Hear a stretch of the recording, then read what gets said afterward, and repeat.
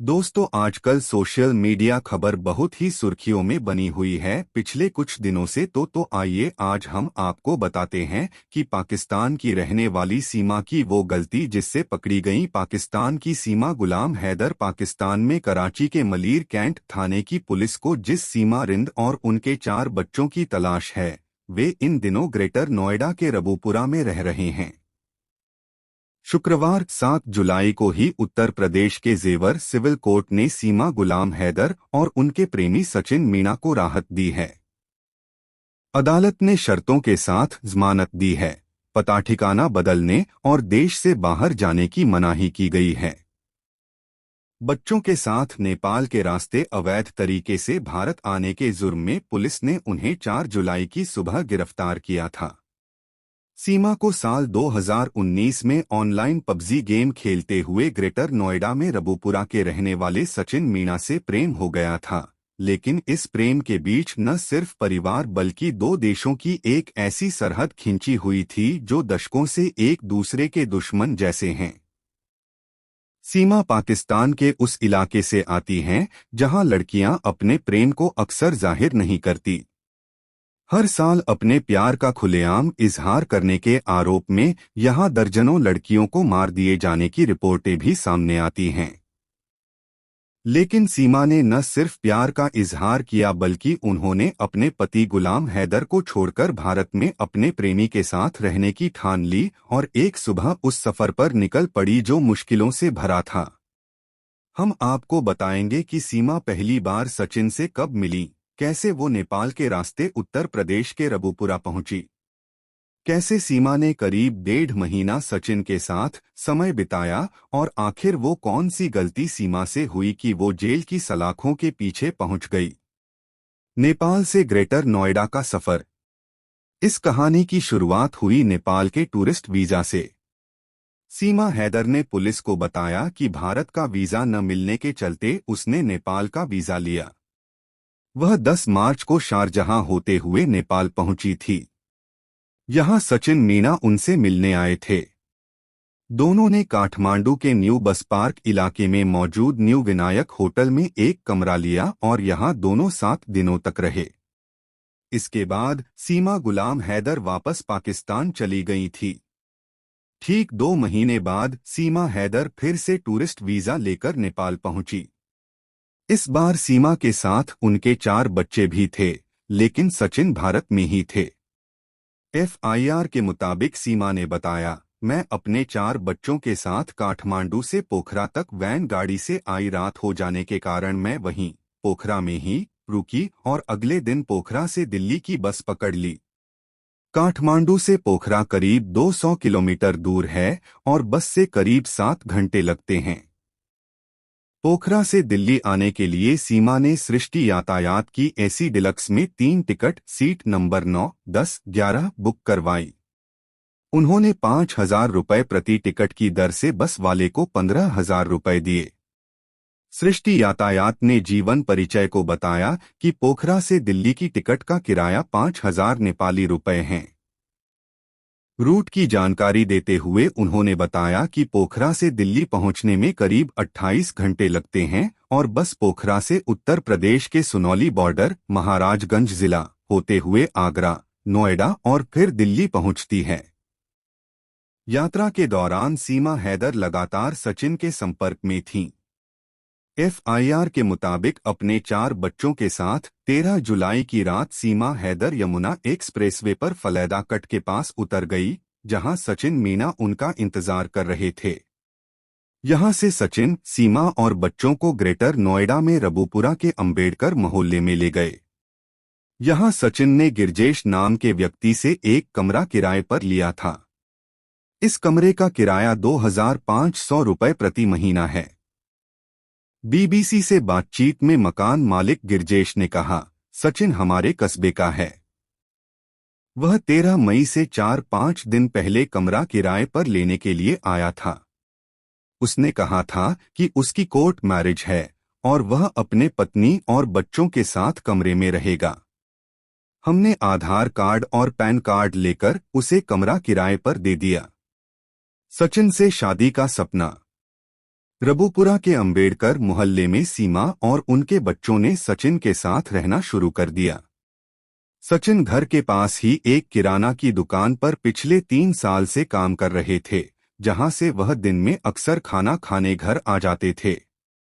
सीमा के पड़ोसियों का कहना है कि वह ज्यादातर समय घर के अंदर ही रहती थीं।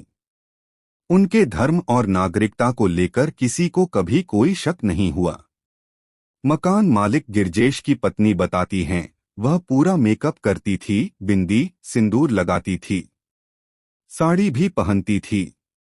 इस बीच ईद भी आई, लेकिन उसने ऐसा कुछ नहीं किया जिससे उस पर शक होता। सब कुछ अच्छा चल रहा था। एफआईआर के मुताबिक सचिन ने सीमा को कमरे पर लाने के 4-5 दिन बाद सारी बात अपने पिता नेत्रपाल को बताई। बात सुनकर पिता ने सीमा से मिलने की इच्छा जाहिर की, जिसके बाद सचिन ने एक जंगल में सीमा को अपने पिता से मिलवाया। सीमा ने सचिन के साथ रहने और शादी करने की बात पिता नेत्रपाल को कही।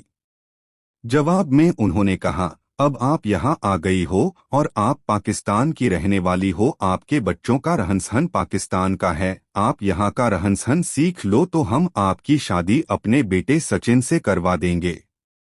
सीमा सचिन एक साथ रह रहे थे, इस बात की जानकारी न सिर्फ पिता बल्कि उनकी बेटी को भी थी।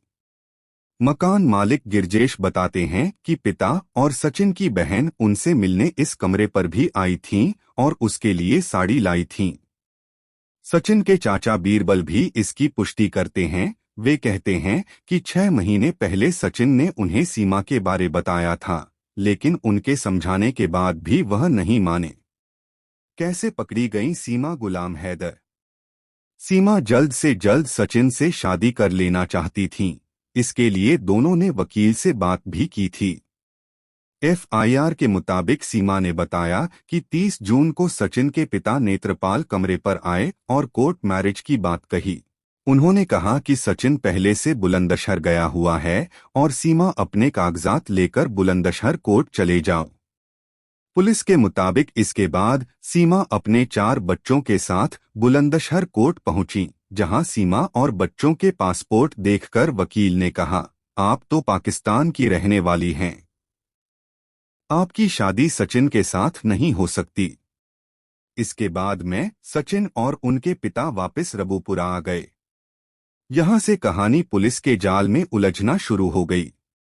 वापस आने के बाद सीमा और सचिन को डर हो गया कि अब पुलिस को इस बात की जानकारी लग जाएगी और हम लोग पकड़े जाएंगे। 30 जून की ही रात सीमा हैदर ने अपने बच्चों को साथ लिया, अपना सामान पैक किया और रबुपुरा से निकल गईं। अगली सुबह यानी 1 जुलाई को सचिन सुबह काम करने के लिए दुकान पर गए, लेकिन कुछ ही देर में छुट्टी ले ली। दुकान मालिक ने पत्रकारों से बातचीत में कहा, 1 जुलाई को सचिन सुबह करीब 8 बजे दुकान आया था, लेकिन आते ही उसने कहा कि उसे कुछ काम है और वह चला गया। मकान मालिक के मुताबिक 1 जुलाई को ही पुलिस सीमा और सचिन की तलाश करती हुई उस किराए के कमरे पर भी पहुंची, जहां वे रह रहे थे, लेकिन उन्हें कोई मिला नहीं। एफआईआर के मुताबिक 3 जुलाई की रात करीब 8 बजे मुखबिर की सूचना पर रबुपुरा थाना अध्यक्ष सुधीर कुमार अपनी टीम को लेकर निकले। पुलिस ने हरियाणा में बल्लभगढ़ से सचिन के साथ सीमा और 4 बच्चों को 4 जुलाई की सुबह 1 बजे हिरासत में लिया। पुलिस ने सचिन मीणा, उनके पिता नेत्रपाल और सीमा गुलाम हैदर के खिलाफ विदेशी अधिनियम 1946 की धारा 14 और भारतीय दंड संहिता की धारा 120 बी के खिलाफ मामला दर्ज किया है। 7 जुलाई को उत्तर प्रदेश के जेवर सिविल कोर्ट ने पिता समेत दोनों को राहत देते हुए जमानत दे दी है। कहां की रहने वाली हैं सीमा? सीमा रिंद सिंध के खैरपुर जिले के रहने वाली हैं। ये इलाका खजूर की खेती के लिए जाना जाता है। ये आखिरी आज़ाद रियासत थी जो बाद में पाकिस्तान में शामिल हो गई। सीमा के पति गुलाम हैदर जकोबाबाद के रहने वाले हैं। सीमा और गुलाम हैदर दोनों बलोच हैं। गुलाम हैदर मिस्ड कॉल का जवाब देने के क्रम में सीमा रिंद के संपर्क में आए थे। दोनों में बातचीत शुरू हुई और फिर उन्होंने मोहब्बत का इजहार किया। शादी में आने वाली मुश्किलों को देखते हुए सीमा ने अपना घर छोड़ दिया था। घर छोड़ने के बाद सीमा ने गुलाम हैदर से कोर्ट में शादी कर ली। मामला पंचायत में गया और गुलाम हैदर के परिवार वालों को जुर्माना देना पड़ा। बीवी के कहने पर गुलाम हैदर कराची चले आए। यहाँ वो ऑटो रिक्शा चलाकर और मजदूरी करके खर्च चला रहे थे और साल 2019 में वे काम के लिए सऊदी चले गए थे। सीमा रिंद कराची में गुलिस्तान जौहर इलाके के पास धानी बख्श गोठ गांव में किराए के कमरे पर रही थीं। उनका घर तीसरी मंजिल पर था, जबकि मकान मालिक का परिवार ग्राउंड फ्लोर पर रहता था। शुरू में सीमा के साथ उनके पिता, भाई और बहन भी उसी घर में रहते थे। आधा किराया पिता देते थे और आधा सीमा, लेकिन किराए देने को लेकर अक्सर उनमें झगड़ा भी होता था। बहन की शादी होने और भाई के सेना में भर्ती होने के बाद सिर्फ सीमा के पिता ही उनके साथ रह गए थे। पिछले साल उनके पिता की मौत हो गई। मकान मालिक मंजूर हुसैन ने बताया कि एक दिन सीमा ने कहा कि वह गांव जा रही है, फिर उसके बाद वो कभी नहीं लौटी। तो दोस्तों, ये थी सामी हैदर की पूरी कहानी। तो आप कमेंट में बताइए सीमा सही है या गलत।